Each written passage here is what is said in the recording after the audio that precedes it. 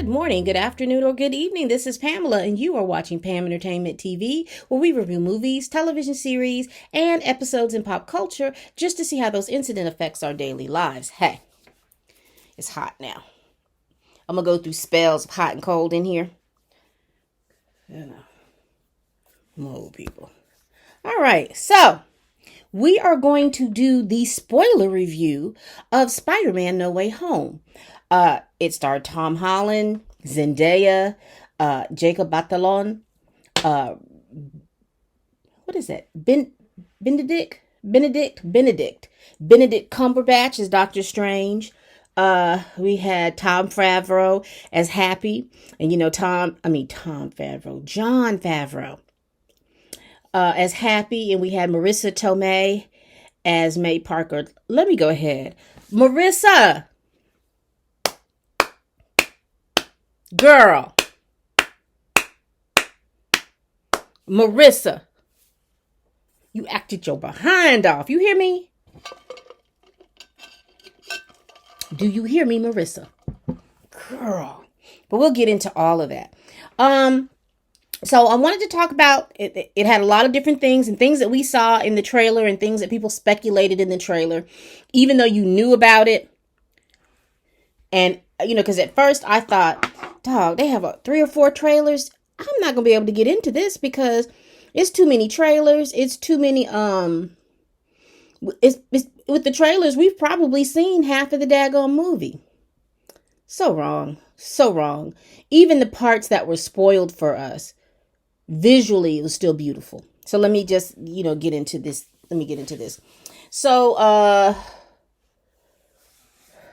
the movie starts off where Spider-Man Far From Home left off, where Mysterio had leaked. Well, he just basically told who Spider-Man was, and it was Peter Parker. So J. Jonah Jameson, was on his podcast style news feed, going over who Peter Parker was, and he was a menace, and he was a murderer, and all of this stuff. The government was investigating Peter because, Peter was trying to explain, like it happened in Far From Home, that the drones had messed up. He didn't have control of the drone. The drones were the one that killed Mysterio, but he was not in control of the drones. They were saying, well, this is Stark technology you used. And so they went to Stark Industries and confiscated. Now, this is happening, it's got to be 2023, 2024. It has to be somewhere in that time period. So this is well after, Tony Stark's death. So, I don't know what Tony Stark's wife is doing with the company or what happened, but I think they went in and they basically confiscated all the tech. Well, they didn't confiscate all of it because Happy had some of the tech. But that's just neither here nor there. It is part of the story. But the main thing I got from that part, so I'm going to divide the story into 3 phases. So we're in phase 1 right now. So the big thing about phase 1 is Peter's identity as Spider-Man has been revealed. He is dealing with the consequences and the scrutiny of his dual identity. He still has his friends. He has MJ and Ned that are standing behind him. And because he has notoriety, old Flash, you remember Flash from Far From Home, he attaches himself to Peter like a symbiote, but we'll get into that later. And he writes a book and all this other stuff. So Peter in this first half is dealing with the consequences and the scrutiny of them finding out who he is and him trying to manage that. So he tries to go on with some normalcy. Mate tries to get him to go on with some normalcy. So let me just go over real quick. In this first phase, like I talked about, that the government had been interviewing him and trying to pin Mysterio's murder on Peter. Guess who his lawyer was? Oh, Charlie Cox. aka Matt Murdock, aka Daredevil in the MCU movies. Daredevil is canon. You know how these MCU heads be like, something is canon. This is canon. So Daredevil is now in the Spider-Man Marvel universe. Okay. And he didn't come out and say that he was Daredevil, but everyone knows that he is blind. And honey, a brick came through Aunt May's window and Daredevil caught it like this. And he couldn't see, and everybody was like, how do you do that? He's like, I'm a good lawyer. I'm like, all right, Daredevil, out here advocating for your client. You can't see, huh? All right, Daredevil. So Matt Murdock gets Peter off. They can't really pin it on him. It's what Mysterio said, but they can't figure out how. Basically, I don't believe they can figure out how the tech works to pin it on him that he's the one that killed him. So Peter, MJ, and Ned are applying to colleges, and they're excited about applying to colleges. One of the issues is the fact that Peter has notoriety. And because he has notoriety, a lot of colleges, and he has like a murder rap, a lot of colleges do not want to deal with that. This is just some history. I remember years ago, this had to be in the mid-90s. There was a college student, I want to say he was in, I don't want to spend too much time on it, but there was a college student in New York. And he was going to school, and he was in college, a very smart young man, but he was a rapist. He had applied to colleges, he had gotten into colleges, and what happened is that he had a criminal past. And at that time, colleges weren't really asking you to disclose any type of criminal past, so they weren't disclosing it. But he had been in juvenile detention for a while, to the point that he went in, let's say, as like a 16, 17-year-old, and he came out maybe like a 19, 20-year-old, and then applied for colleges because, like I said, he was a smart kid. He got his schoolwork. He passed the SATs and all these things. Everything looked good. Got on that college campus, and he went rampant. Now, I'm thinking that it's New York. It may not be New York. If anybody remembers what I'm talking about, put it down in the comments. So what happened is that he went in there and caused a whole lot of confusion because he was raping students. They found out who he was. And then when the parents found out that, hey, this man has a criminal past, how did he get on campus? How did he get in school and nobody said anything? And so from that point on, colleges start checking for criminal backgrounds, and it's difficult, I think, in some states for you to check someone's juvenile record.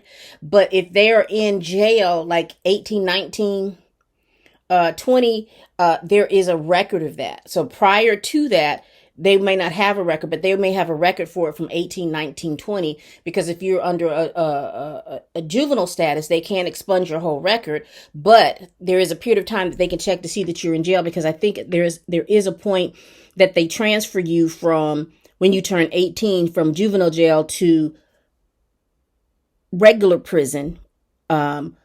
But I think you're still under juvenile status and you have a different ward or wing or something like that, but you're transferred there because of your age. Drop it down in the comments, because I'm just clearly going off memory. But saying all of that, because Peter had this real public outing as Spider-Man, and Peter having this murder rap, or this, killing rap of Mysterio on his record, a lot of colleges are not going to want to deal with that.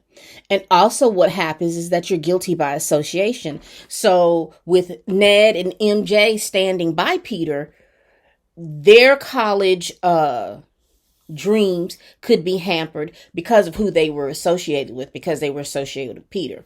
So Ned and MJ and Peter are applying to colleges. And, like every college student, you have. Now, when I was going to college, you had 5 choices. You picked 5 schools. And you picked which of the 5 schools were better. You had your top school, that one school that you wanted to go to. And usually that school that you wanted to go to, it probably was a situation where whether or not that you can afford to go to that school or not. But if you got in, because all the 5 colleges that I applied for, I got in all 5 of those schools. I actually went to my third choice. Yeah. So I got into my top 3.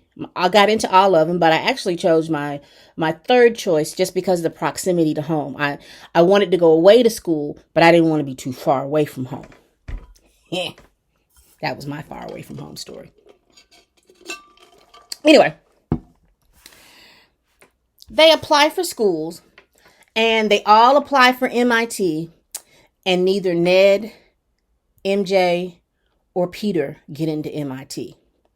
But old Flash gets in, even though he wrote a book about being Peter's friend. He ends up getting into MIT. MJ worked at a diner somewhere, a coffee shop. So her and Peter or Ned are just a little upset because they didn't get into school. And everybody's like, well, that's okay. So we can apply to other schools and we can get in, or maybe we'll wait a year and then apply to schools again and we can probably get in. So Peter is feeling bad about that. So then he goes to Doctor Strange. He figures that Doctor Strange can help him get into college. It would be better if he can convince Doctor Strange to help him to make people forget that he's Spider-Man. Not Peter Parker, but Spider-Man. So you go into the Sanctum Sanctorum, and as we've seen in all the trailers and things, it's just covered with ice. And then we find out that that's from one of the portals not being maintained properly. And one little tidbit fact that I found that was Wong is actually the Sorcerer Supreme. That's because you remember back in Infinity War, Doctor Strange was snapped. He was blipped. And let me tell y'all something. I've been watching Hawkeye and all the Disney Plus shows. I am fascinated about this blip. And all the different iterations of this blip. Because we remember back in WandaVision, you saw Monica get blipped, come back from the blip, and how she came back from the blip. Who else? We saw like in Captain America in the Falcon and the Winter Soldier, you saw the after effects of the blip on some people, how the people who came back, what they were coming back to. And then in Hawkeye, you had the point of view of a person at the time they got blipped and then coming back. And I thought that scenery and that cinematography was just beautiful how they did that. I'm really interested in these blipped folks. It would be nice to see different directors' eye on when these people are coming back and blip. So it's just the blip has been fascinating, going out and coming back in. Anyway, so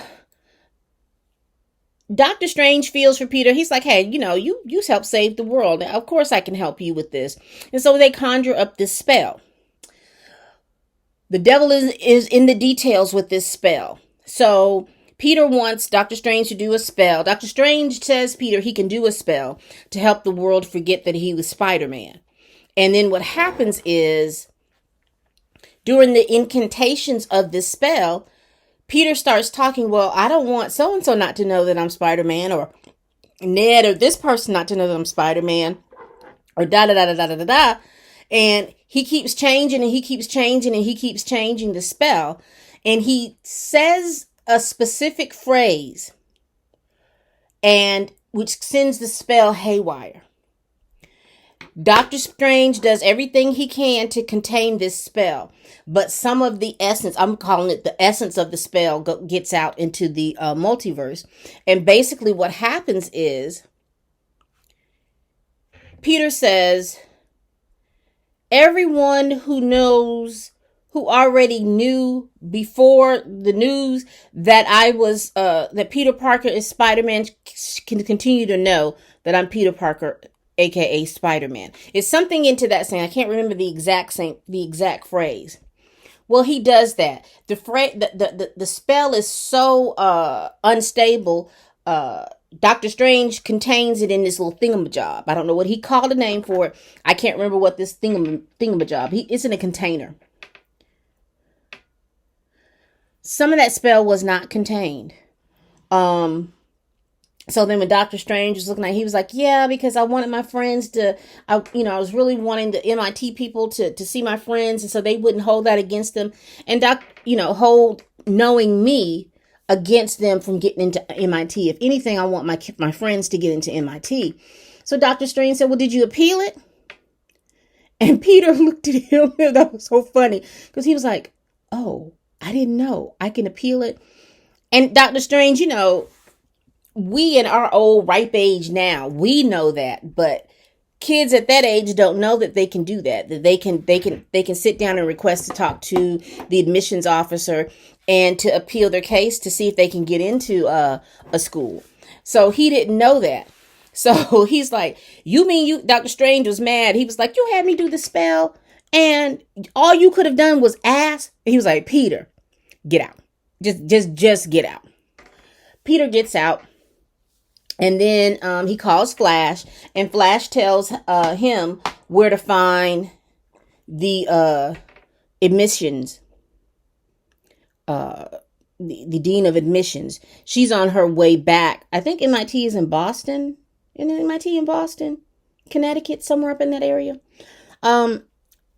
She's on her way back because, like I said, she's going to the airport. She just came to, apparently there's a large number of New Yorkers that are going to MIT. So there was a mixer. So baby, Peter Parker hijacked it down that 95 or whichever free interstate that they're at to try to stave off this woman. And she was the black woman in the car that Peter was talking to. Ooh, baby. Baby. The earth starts to shake and shatter. The bridge starts moving. Next thing you know, you see Doc Ock. And Spider-Man's senses start to tingle. It's just tingling and tingling and tingling away. And Doc Ock appears. Just like he did in the trailer. Pretty much the same thing happened in the trailer.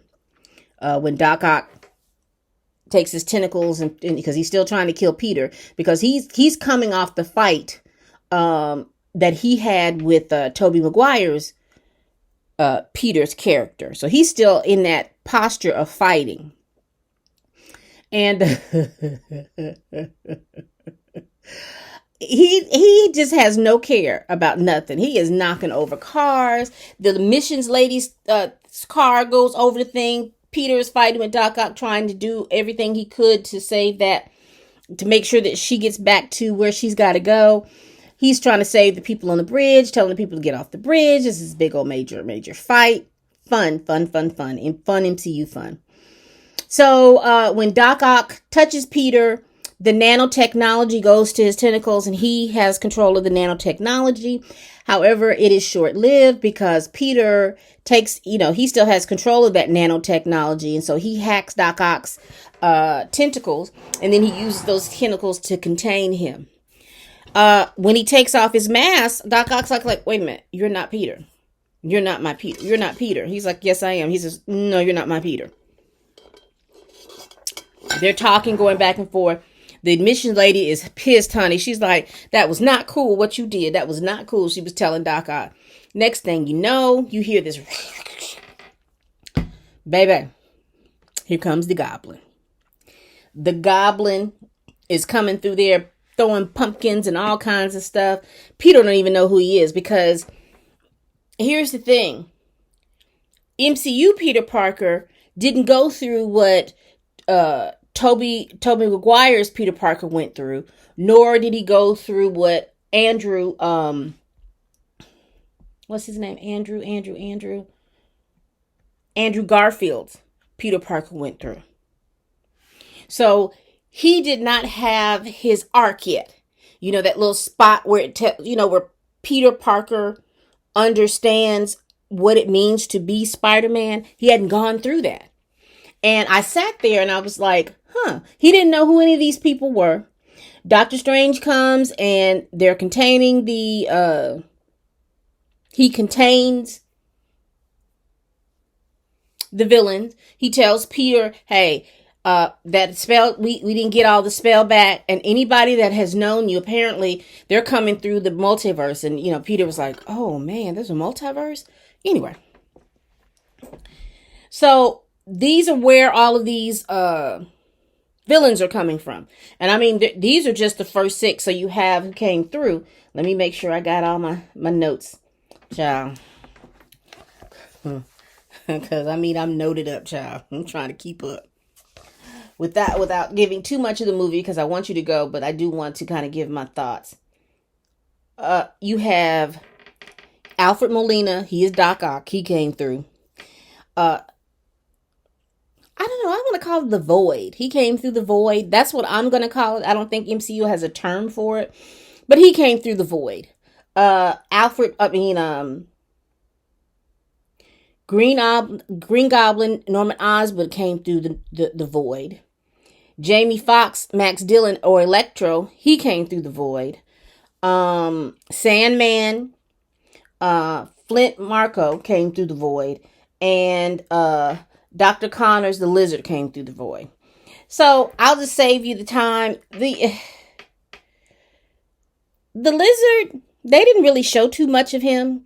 They, just during the bigger scenes, he wasn't anything of consequence, other than some, comic relief when they all found out that he could talk and everything like that. The main source of dialogue came from Doc Ock, Green Goblin, Electro, and Marko, Sandman. So Doctor Strange had locked them down in his basement, in his laundry room. He had built this containment unit to contain them. So he was trying to contain all the villains. So he did a little hocus pocus witchcraft and imbued Peter's suit with some hocus pocus witchcraft, some chaos magic, whatever kind of magic he was using, so that he could go and transport the people into the cells. And that's what he did. So then it came time, when they were talking, they all discovered that at the point that the people went in, I'm calling it the Void, they were fighting with the Spider-Man, and Spider-Man ultimately killed them. And Doc Ock seemed to be very surprised to see Norman Osborn, because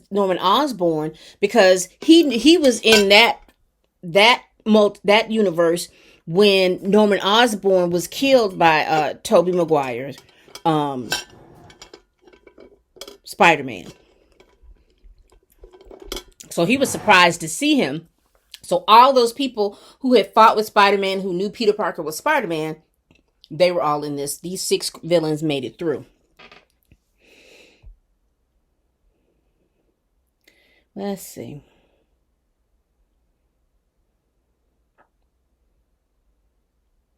Got the holding spell. So you remember Norman Osborn in the first Spider-Man. We got Tobey Maguire's Spider-Verse. You remember he suffered from was it multiple personality disorder? Did the stuff that made him, he suffered from multiple personality disorder. So because when he's in the Green Goblin mode, when he comes back to Norman Osborn, he doesn't know what has happened or what he did. And so that's what happened. He came through. Dr. Strange couldn't catch him, so he ended up somehow going to where Aunt May works at a soup kitchen. He's telling her what's going on. He can't find his family. He can't find anybody. So she calls Peter and says, hey, I think one of your villains has shown up here. She takes Dr. Oz. Where did they take them? Anyway, they meet up. Peter meets up with them, talks to them, and then, Doctor Strange puts him in. Doctor Strange is getting ready to do this incantation to send these people back. And Peter's like, well, you can't send them back because when they get to their world, they're going to die. And, Doctor Strange is like, what's that Rocky villain? He dies, he dies. Because that was their fate. That was their fate. So Peter, he's a kid. He wants to help. He doesn't want anybody to die. He wants to help them if he can. And he tells them that, hey, I can at least, if you go back to your universe, I can at least cure you. So Norman and Doc Ock are okay with it. The other ones are a little, they're a little skeptical because they're like, how in the world can you do this? So they get back to Happy's place. And Happy, like I said, Happy has that hidden Stark tech in his laundry room. And so Peter and Norman Osborn get to, start working to help them with this chip, because you remember Doc Ock's chip was fried, and because it was fried, he couldn't take it off. So therefore it was just all that stuff that it was doing was in his brain, and he couldn't, as he says, he couldn't calm the noise. So they ended up patching him up. They found a cure to patch up Electro. But the thing about Electro, he was having doubts because he was sensing an energy source. And he said that was a very powerful energy force, and he liked the taste of it and feel of it. And he sensed that. He sensed this power source, and it ended up being an arc reactor. Happy, what are you doing with an arc reactor just laying around the place? Really? You didn't have it in some lead or something? I'm thinking of Superman. You didn't have it in some lead or something. You don't have no arc reactor just laying around the house. But he senses that, and then he realizes, he sees Doc Ock is okay. But it ended up that the Green Goblin was faking being Norman Osborn just to see if Peter could really do what he says he was going to do. Let me back up. Because I did not talk about the fact that when Peter made the decision that he was going to help the villains, Doctor Strange was hearing that, and so Doctor Strange and Peter went into the Mirrorverse and were fighting back and forth and all this other stuff. And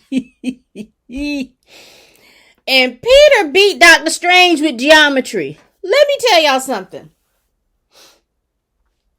I have said it in many years. I have never known what geometry was going to do for me in my day-to-day life and the day-to-day things that I do. And that's just real. If it does, I'm not aware of what it's doing. But that doggone Peter Parker, he used geometry to tie Doctor Strange up in the mirror world until, and then they took his portal ring. He took his portal ring, and he comes back through. So as he's helping the villains, it's Ned that has the portal ring, and then it has MJ that has the containment unit that has the warp spell. And so it's like if, I don't know why they would want to release the warp spell, because I guess because it does say, no, that they were going to release the spell, but that didn't make any sense because the spell was corrupted because of what Peter said. This is why these people were coming from all these other multiverses. But anyway, they were just saying that they were going to release the spell. If it doesn't work, they were going to release the spell and send the people back. So Green Goblin is the Green Goblin. And then he goes in fighting with Peter. They tear up Happy's house. Electro gets hold of the arc reactor, puts it on. He is loving that. It was just like, ooh, it was like how you get a drink of alcohol and it burns going down and it warms you up. He was just all warmed and fuzzy with his new powers and stuff. The lizard man didn't go up the steps. He stayed down in the truck. And then once everything went south, he then burst out of the truck because Joe Jameson found. Now, one thing that because I know I sound that I'm all over the place. Joe Jameson is tracking Peter Parker because he wants to know where Peter Parker is doing, because he wants to be the person to do the expose. So he is at the building where Green Goblin and Spider-Man are fighting. They are fighting. They have a cure for the Green Goblin. But Aunt May takes it and she goes down the steps, and Peter and him are fighting. So she's downstairs in the lobby. They have the cure for him. However, Green Goblin is doing what he Green Goblin is Goblin. And he takes his speedster, whatever that little device he has, and he runs over Aunt May. And so, Jesus, he blew up the lobby. He runs over Aunt May. Now, Aunt May bounces out. Now, again, Marissa Tomei, she bounces back up. She looks like she's stunned, but he hit her hard. When she got bounced back up, I was like, well, dog, it didn't hurt her like I thought it hurt her. But she bounced back up. She went over to Peter, she was talking to Peter and everything. And he was like, and he's like, all this is my fault. I was trying to do good and I ended up doing worse. Every time I do try to do good, there's death around me. And then Aunt May says it. With great power comes great responsibility. Y'all, I was bawling because I already knew what was going to happen. And then I realized this is that moment that solidifies him being Spider-Man. Because prior to that, he was Spider-Man. I don't want you to get me wrong, but he didn't have that arc, because I think at that point in MCU Spider-Man, did Aunt May and Uncle Ben get divorced? I don't remember, because they never talked about that. They never talked about where Uncle Ben was. And again, they never talked about where Peter's parents were in our MCU. And I knew she was going to, and baby, I'm telling you, Marissa, there wasn't, the theater that me and my nephew went to, all of us was in here crying. My nephew talking about who cut up onions. Somebody on the other side was talking about, I don't have no tissue. We was just crying because it just hit us all like a ton of bricks. Like, this is when he's gonna be Spider-Man. And baby, that boy was upset because his auntie didn't have nobody. Because now he don't have nobody. Aunt May dead. Aunt May is dead, and he's having to go through that. Aunt May is dead. And you talking about just crying, bawling. So meanwhile, back at the ranch, Ned and MJ are trying to find Peter. And Ned, because something happened, and Ned was able to do the motion, and a portal came open. And so he had the bright idea, like, hey, maybe I can get Peter to come through. So Ned does the little Sorcerer Supreme move and opens a portal. And they're like, Peter, baby. They open that portal, and here comes Andrew Garfield with his tall, fine, lanky little tail. Everybody in the theater was like, and he was like, yeah, I am Peter. And they're like, prove it. So he just like hangs up on the wall, and they're like, you got to crawl. So he ends up crawling on the wall. So they said, okay. We're going to try it again. They try it again. Bam. Here comes Toby. And by that point, my tissue game and my eye makeup game was gone. Cause I was like, oh Lord. They hook up with, Peter, cause they're not realizing at the point that, Aunt May is dead. And they were like, well, they sense something that he's in trouble. They said, where would he go? Does he have a space that he would go to get away from it all? Because Andrew was saying that his was, did he say the Empire State Building? And Tobey Maguire said another space that was his spot. So wherever that was, that MJ and Peter were on the roof at the beginning of the story. That's where they went. And he sensed the other guys. And that's when he told MJ, they stood up. They stood back, actually, to let MJ and Ned talk to Peter. And Peter was crying. I mean, he was inconsolable because Aunt May is dead. And he believed it was his fault. And that's when Toby and, I'm going to call them Toby and Andrew, so that we can separate which Spider-Mans that we're talking about. I'm going to say Spider-Man for Tom Holland. And I'm going to say Andrew and Toby for the other Spider-Mans. So they're unconsolable. You know, he's unconsolable. And so the other Spider-Mans come down and they were like, he was like, you don't know what I'm talking about. She said, and then he started to say the phrase that Aunt May said to him. And then they all said it in unison. Balling. They're all balling. Andrew talks about how he lost Gwen. Toby talks about how he lost Uncle Ben. So they were there. It was so wonderful because they were like,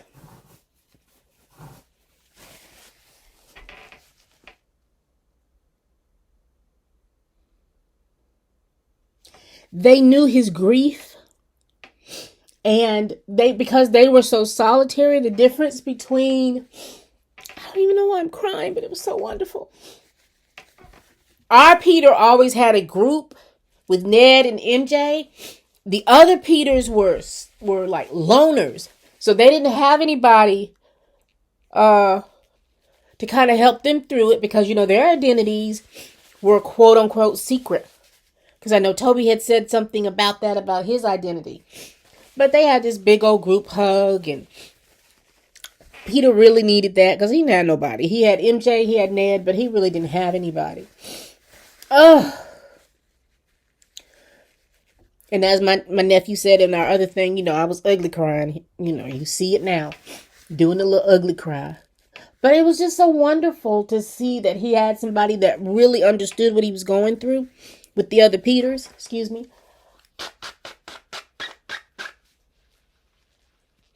Okay. All right. But that was just one of those tear jerky moments. And then as things progressed, we all realized, hey, 3 Peters are better than 1 Peter. And since Toby knew his villains and Andrew knew his villains, they all decided, hey, we're going to get the antidotes for all our villains. And then we're going to meet up with our villains and have the big villain fight. And that's what they did. They were going to cure the villains. They ended up doing that. There was a scene because our Spider-Man was hell-bent and determined he was gonna get old Green Goblin. Green Goblin's butt was gonna be toast if Peter got to him like he wanted to, and he did get to him. But I will say, before they, like I said, they fought the villains at the Empire State Building, at the Statue of Liberty, because they were retrofitting a Captain America shield on the statue, and that's where they had their big fight out. And baby, it was, again, big ball of tears, because when Andrew saw MJ falling off the thing and he was able to save her, and he just went to bawling. Ugly cry. MJ didn't even know what was going on. She was like, are you okay? He's like, I'm okay now. I was like, oh. Everybody crying. Oh, what is that? Okay. But then the big tussle happened, because they got everybody, you know, everybody had the little antidote and stuff like that except for old Green Goblin. And so they had that final fight with Green Goblin. Now, mind you, what was happening as all of this is going on, more people that knew Peter Parker was Spider-Man were coming through the multiverse, and Doctor Strange was up there. Child, he was up there like a surgeon trying to stitch all these little cuts and holes in the fabric of the universe, and he couldn't keep up with all the cuts and the holes. And the only thing that he could do was cast this spell that that everybody who knew Peter Parker was Spider-Man was going to have to forget that he was Peter Parker as Spider-Man. But prior to that, all that's going on simultaneously. So, the big fight scene, Peter is fighting with Green Goblin. Our Peter is fighting with Green Goblin, baby. They are exchanging blows. Pow, pow, poom, pow, poom. Peter gets the best of him, and then he picks up the same, I'm calling it a scooter. I know that there is a term for it, but he picks it up over his head, and he is about to slam it down on Green Goblin. And baby Tobey Maguire comes through and stops him. He's like, this is not going to help. You still going to feel the same way. This is not going to help. So he's holding the thing up. And that old nasty little Green Goblin going to stab Tobey in the side.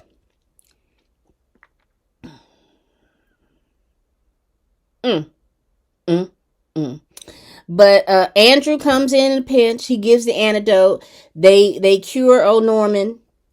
Andrew was hurt. There's a little comic relief. But meanwhile, Dr. Strange, like I said, honey, he is a surgeon in the trauma center, trying to heal up all these little cuts and wounds so it won't bleed out. And he ends up realizing that the only way that he can do it is that everybody's got to forget Peter is Spider-Man. And so that's what he does. He does a spell. But when he does it, because Peter can't corrupt this spell, that means everybody is going to forget that Peter Parker is Spider-Man. They're going to know that Spider-Man exists, but they're going to forget Peter Parker, is Spider-Man. He casts the spell. Everybody goes back to their subsequent universes. He tells MJ and Ned what's going on, and, he leaves them. So then I think it's like a few days later, because even Doctor Strange is going to forget that Peter Parker is Spider-Man. I wonder, is he going to forget Peter Parker was in the Endgame war? I don't think he's going to forget that. But he's just not going to know who's the identity of Spider-Man. Because even Happy didn't even know who Spider-Man was. But they do that, and it ends up that you remember when Peter appealed the case for his friends to the admissions officer? And then she said she was going to make sure that they went through, and then she was going to make sure that Peter went through. Well, since now that she's forgotten that Peter Parker is Spider-Man, the only people that got into MIT were Ned and MJ and Flash. Excuse me, y'all. So Peter goes by, because I guess Peter thought he was just going to go tell MJ that he was Spider-Man. But then when he realized that their lives are going to be much easier, not easier, but he doesn't want to come in between the things that they want to do by attaching himself to them. And so he ends up foregoing his college dreams. And I think he's probably going to work with J. Jonah Jameson. I'm not sure. But they did show where he's going to get this crappy New York apartment. And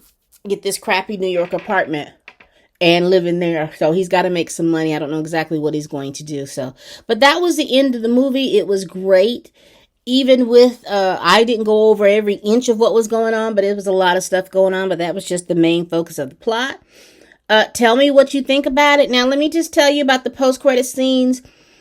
You remember at the end of Venom, they blipped into our universe. Well, that blip now makes sense, because at the end of Venom 2, you remember Venom was talking about the hive mind and how he was explaining to Eddie that there are different universes and things like that, and all that information is presented in the hive mind. And he was telling Eddie that his brain couldn't comprehend all of that information. Well, somewhere, somehow, some way, some part of Venom is in that it is in our multiverse.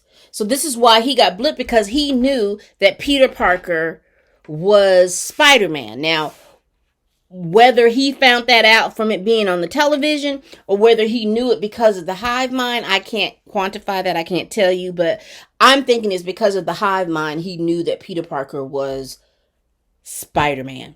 So while they were in our universe at a bar in Mexico talking about it, you remember in New York they're fighting and Doctor Strange casts a spell. Well, when he casts the spell, Venom and Eddie go back to their universe, but a piece of Venom. Now, I don't know if Venom deliberately did this or it's because they were moving so fast. A little piece of Venom was left on the table. Well, a little piece of Venom was left in our universe. So we may have a Spider-Man Venom movie in our MCU. I don't know, but that's what happened. That was one post-credit scene. The other post-credit scene, we come to this beautiful field of trees with flowers, and you see somebody cutting and picking the blossoms of these flowers. Turn around, and it's old Wanda. And Doctor Strange comes to Wanda, and Wanda's like, okay, I know I made mistakes. You're here about, he says, I don't want to hear, he says, I'm not here for you about Westwood. I want to know what you know about the multiverse. And it just pans out and they're talking about it. So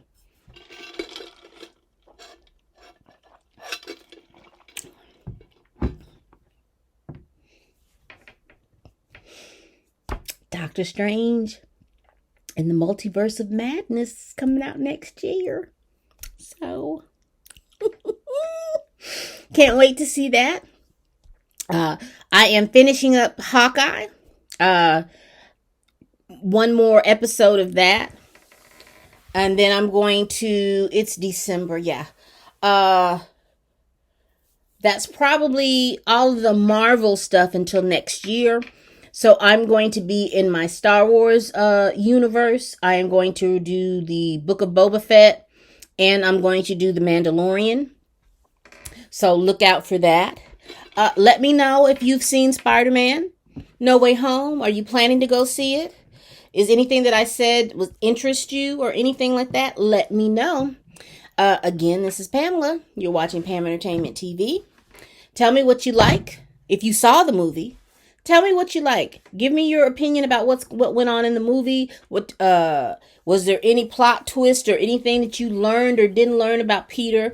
The big thing that I learned was the fact that our Peter did not have his arc with anyone dying, to be the absolute point that shows where Peter Parker becomes, embraces his Spider-Man persona to be a hero and, keep it secret and da-da-da-da-da-da. He didn't have his arc yet. We got to see his arc. We got to see we got to see that in real time. It was sad, but it was good. This movie to me was good. It kept me on an emotional roller coaster. I was laughing. I was sad. I was indifferent because, like I said, the little lizard man, they just needed somebody to be there because they really just should have just had Doc Ock and the Green Goblin, Electro, and the Sandman, because the lizard man, he was just of no consequence. They just had him for comic relief because MJ and Ned found out that he could talk. That's basically it. That's all they had. So let me know what you think about it. And again, I'm still on my quest for 500 subscribers in 6 months. So again, like, comment, subscribe, tell your family, tell your friends, hell, tell your enemies about me. And I'll see you in the next video. And as always, bye-bye.